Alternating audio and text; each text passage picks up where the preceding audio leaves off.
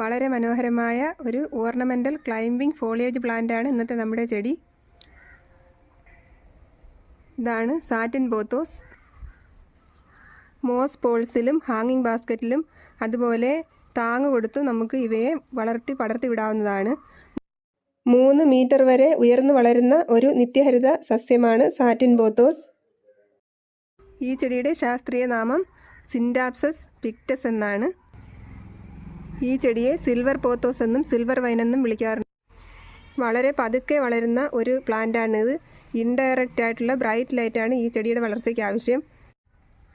മണി പ്ലാന്റിൻ്റെ ഒരു വെറൈറ്റിയാണ് ഈ ചെടി. നനയ്ക്കുമ്പോൾ നന്നായി നനയ്ക്കുക, പക്ഷേ ഓവർ വാട്ടറിങ് ഒഴിവാക്കുക. റൂമിനകത്ത് കൃത്രിമ വെളിച്ചത്തിലും നമുക്ക് ഈ ചെടി വളർത്താൻ പറ്റും. ഈ ചെടിയുടെ ഇലകളിലുള്ള വേരിയേഷൻ മൂലമാണ് ഇതിന് സിൽവർ പോത്തോസ് എന്ന് പേര് വരാൻ കാരണം.